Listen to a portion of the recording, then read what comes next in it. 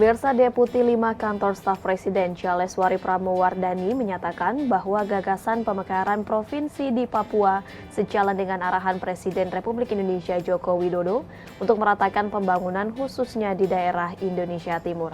Hal tersebut menanggapi sebagaimana diketahui gagasan pemekaran provinsi Papua menjadi sejumlah daerah otonomi baru yang telah dibahas di dalam rancangan undang-undang tentang Provinsi Papua Selatan, Papua Tengah, dan Papua Pegunungan Tengah. Gagasan pemekaran Provinsi Papua menjadi sejumlah daerah otonomi baru kini telah dibahas dalam beberapa rancangan undang-undang, yaitu Rancangan Undang-Undang tentang Provinsi Papua Selatan, Provinsi Papua Tengah, dan Provinsi Papua Pegunungan Tengah. Perubahan Undang-Undang Otonomi Khusus atau Otsus melalui Undang-Undang Nomor 2 Tahun 2021 menjabarkan berbagai pendekatan yang dapat mendorong upaya untuk pencapaian kesejahteraan. Pendekatan pertama dari segi kuantitatif, bahwa terdapat peningkatan penerimaan khusus dana otonomi khusus dari sebelumnya sejumlah 2% menjadi 2,25% dari dana alokasi umum nasional, termasuk dana transfer infrastruktur dan dana bagi hasil pertambangan. Dari segi kualitatif, penggunaan dana otsus pun ditentukan secara spesifik, presentasi minimal penggunaannya dalam aspek strategis yang mendorong pembangunan kesejahteraan. Deputi 5 Kantor Staf Presiden Jaleswari Pramowardhani dalam diskusi online yang digelar Forum Merdeka Barat 9 mengatakan, gagasan pemekaran tersebut sejalan dengan arahan Presiden yang menginginkan adanya lompatan kemajuan kesejahteraan di Provinsi Papua. Dari segi akuntabilitas, penggunaan dana otsus pun diatur untuk dipergunakan dengan mengedepankan prinsip pengelolaan keuangan yang baik melalui pengawasan yang dilakukan secara koordinatif oleh kementerian, lembaga pemerintah non-kementerian, pemerintah daerah, Dewan Perwakilan Rakyat, Dewan Perwakilan Daerah, Badan Pemeriksa Keuangan, dan Perguruan Tinggi Negeri.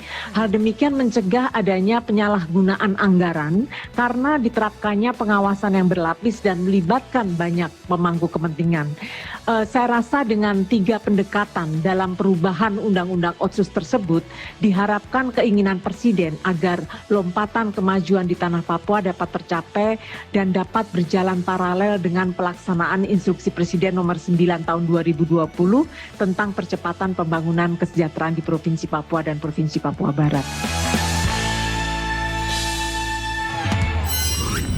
Pemirsa, dalam tinjauannya ke Gedung Sarinah, Wakil Presiden Republik Indonesia Ma'ruf Amin berharap produk-produk UMKM nasional semakin naik kelas dan diminati pembeli domestik maupun mancanegara. Sementara itu, Menteri BUMN Erick Thohir menilai produk yang dijual di Sarinah membuktikan bahwa produk UMKM memiliki kualitas yang baik.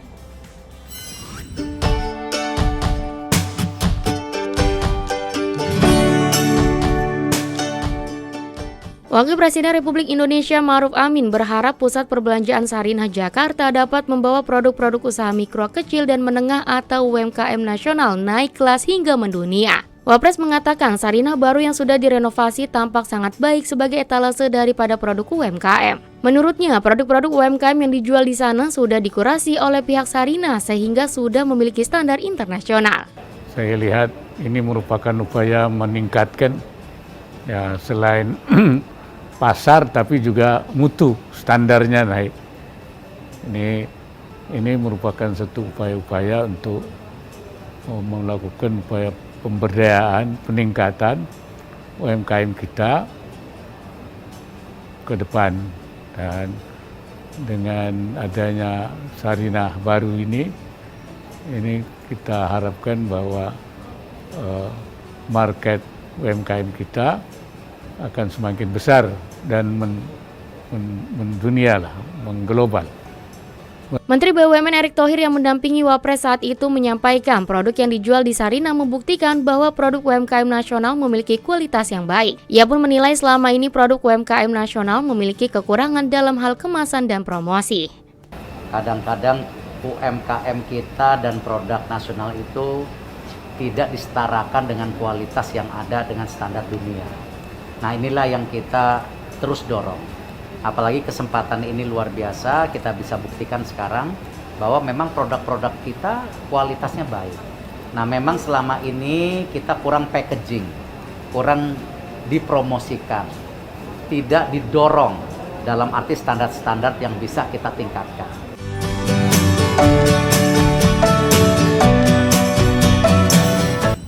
Kita beralih ke informasi lainnya pemirsa, Kementerian ATR BPN mewujudkan transformasi digital dalam bentuk layanan informasi pertahanan elektronik.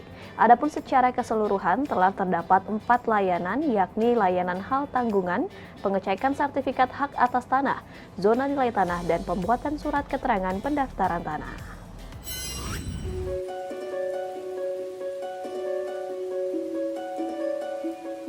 Kementerian ATR BPN turut berkontribusi untuk mewujudkan transformasi digital dalam bentuk layanan informasi pertanahan elektronik. Penerapan layanan ini merupakan proses pemberian layanan secara elektronik yang meliputi kesesuaian data fisik dan data yuridis sertifikat hak atas tanah. Hingga saat ini, Kementerian ATR BPN sudah meluncurkan 4 layanan informasi pertanahan elektronik, seperti hak tanggungan secara elektronik, pengecekan sertifikat hak atas tanah, layanan zona nilai tanah, dan pembuatan surat keterangan pendaftaran tanah. Kementerian ATR BPN juga berkolaborasi dengan berbagai pihak seperti PPAT, jasa keuangan, dan instansi pemerintah untuk berkomitmen menjadi solusi dalam setiap masalah pertanahan.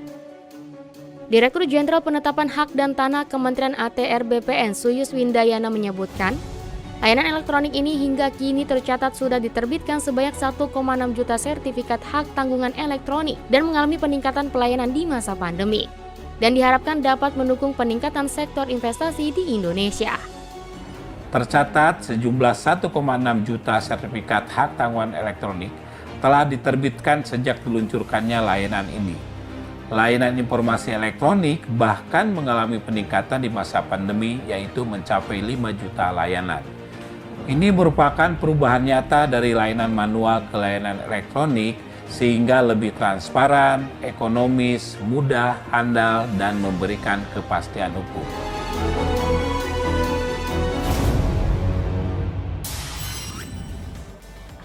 Kementerian Perhubungan memberikan penghargaan kepada mitra kerja perhubungan hingga media massa atas pencapaian yang optimal dalam penyelenggaraan angkutan lebaran tahun 2022 1443 Hijriah.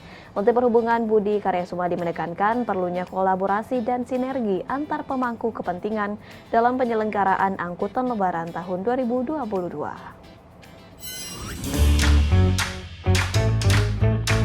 Kementerian Perhubungan mengapresiasi seluruh pemangku kepentingan yang turut mensukseskan penyelenggaraan mudik lebaran melalui kegiatan penghargaan penyelenggaraan angkutan lebaran tahun 2022 yang digelar di kantor Kemenhub Jakarta.